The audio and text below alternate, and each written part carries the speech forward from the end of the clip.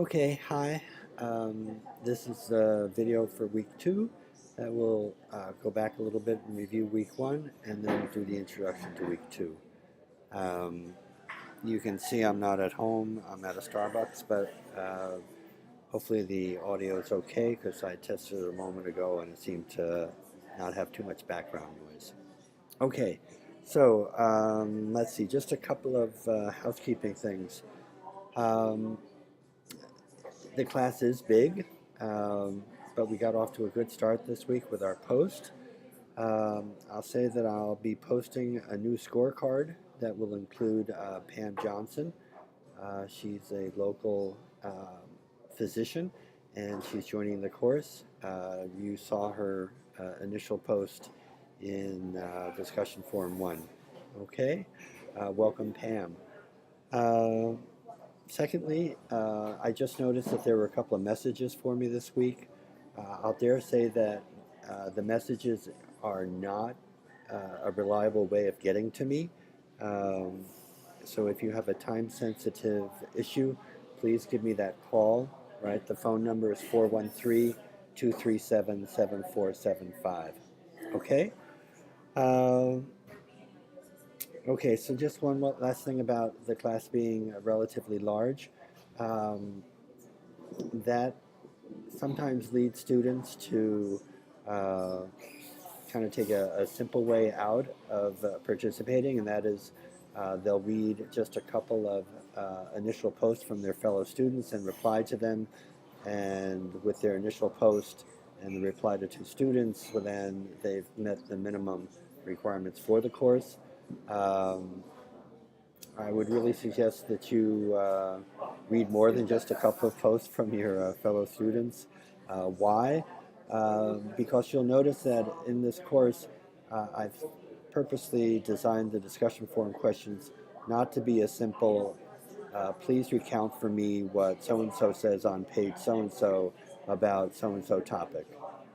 Because when you have questions like that, yes, you have every student basically saying the same thing in the initial post, and if you read them um, all you're doing is reading the same information over and over and over again. You'll note that um, my discussion forum questions try to avoid that scenario by asking you to comment on different issues and different themes of the week. So if you read more than just a couple of the posts, hopefully you'll get a flavor for some of the depth and insights that your fellow students are providing you through the initial post. And you'll get a lot more out of the course. Okay?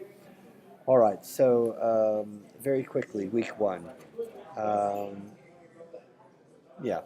All right. So we've established, right, that liquidity and an approximate liquidity target is a really important financial principle that good financial managers follow, right?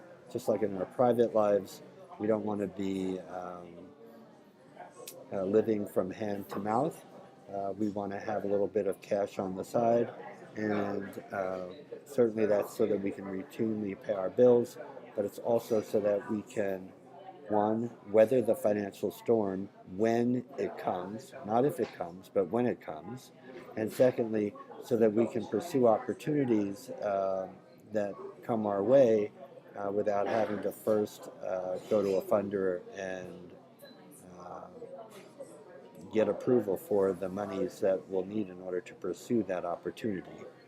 Okay, and so this is why you need to have the liquidity, and the approximate liquidity target is an adequate amount of liquidity for your nonprofit's financial situation. Okay, now the implications of having liquidity and a little bit of cash on the side for that rainy day fund is that nonprofits have to make a profit, right? You can't build liquidity and you can't reach an approximate liquidity target unless you're running surpluses each year.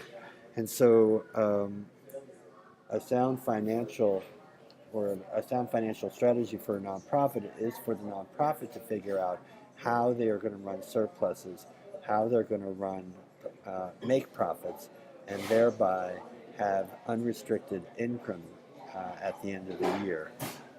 Okay, um, and this relates then to the data-wide or the sector-wide data that we had in the first week that shows that for a sector, most nonprofit revenue comes from fee-for-services, either from private individuals, third-party payers, or the government, right? And so that leads then to the last major theme here is that um, donations and sort of philanthropic funding is actually sector-wide um, a minor part of, or a relatively small portion of the revenues that come into the nonprofit sector. So for this course in particular, it's not a fundraising course, it's really a financial management course. So always be thinking about ways that your organization can generate these unrestricted revenue streams. Okay? Um, so going into week 2, our readings this week focus on the importance of linking your financial plan with your operational plans and with your mission, right? And so there's a long discussion about strategic planning and how your financial strategy has to blend and be in concert with your operational strategy. Okay, I won't go into a lot of detail there. I'm looking at my notes here a little bit so I don't forget stuff. But I do want to highlight that the Collins reading, um, Good to Great, the chapter 5 there, and his discussion of the hedgehog principle is a really good quick read on this notion that you have to have your mission intersect with your operational expertise and strategies, and both of those have to intersect then with your financial strategy for driving money into your organization. Okay. The other extra reading for the week is from Woods Bowman, and that's just a really nice, tight article that practically lets you know if your organization's approximate liquidity target, or the amount of liquidity it has on hand routinely, is too big or too small. And then we had the discussion in the forums this week about how do you actually set your or how do you arrive at an approximate liquidity target.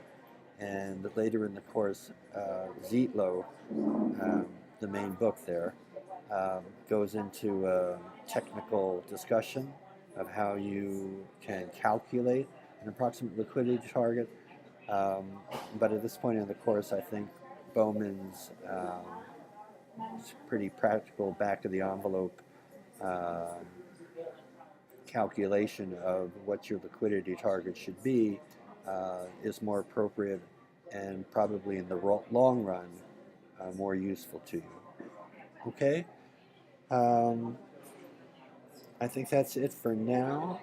I've gone through all the notes there. So again, welcome to the class. We got off to a good start. And if you have any questions, you can always give me a call, right? 413-237-7475. Okay, thanks. Bye-bye.